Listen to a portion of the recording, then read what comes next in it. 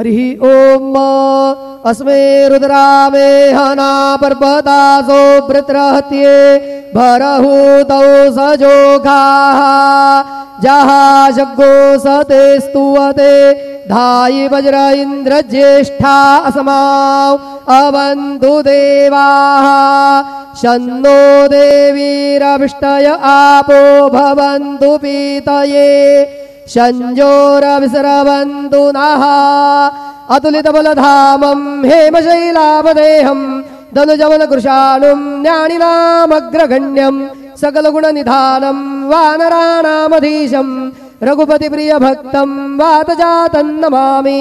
गुरुर्ब्रह्मा गुरुर्विष्णुः गुरुर्देवो महेश्वरः गुरुः साक्षात् परब्रह्म तस्मै श्री गुरवे नमः।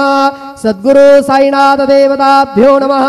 सायं पूजा परिपूर्णार्थे विलेपनार्थे चन्दनं समर्पयामि।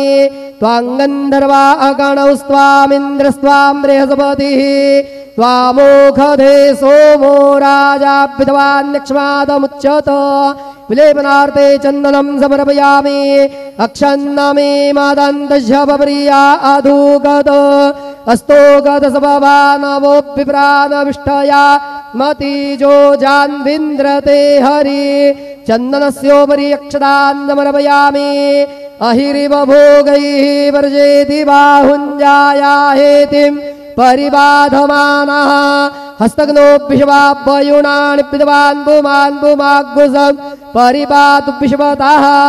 नानापरिमलसौभाग्यद्रव्याणि समर्पयामि।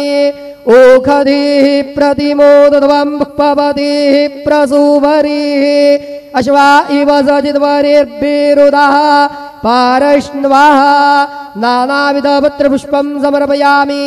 सायंकाले उपहारनैवेद्यं निवेदयामि।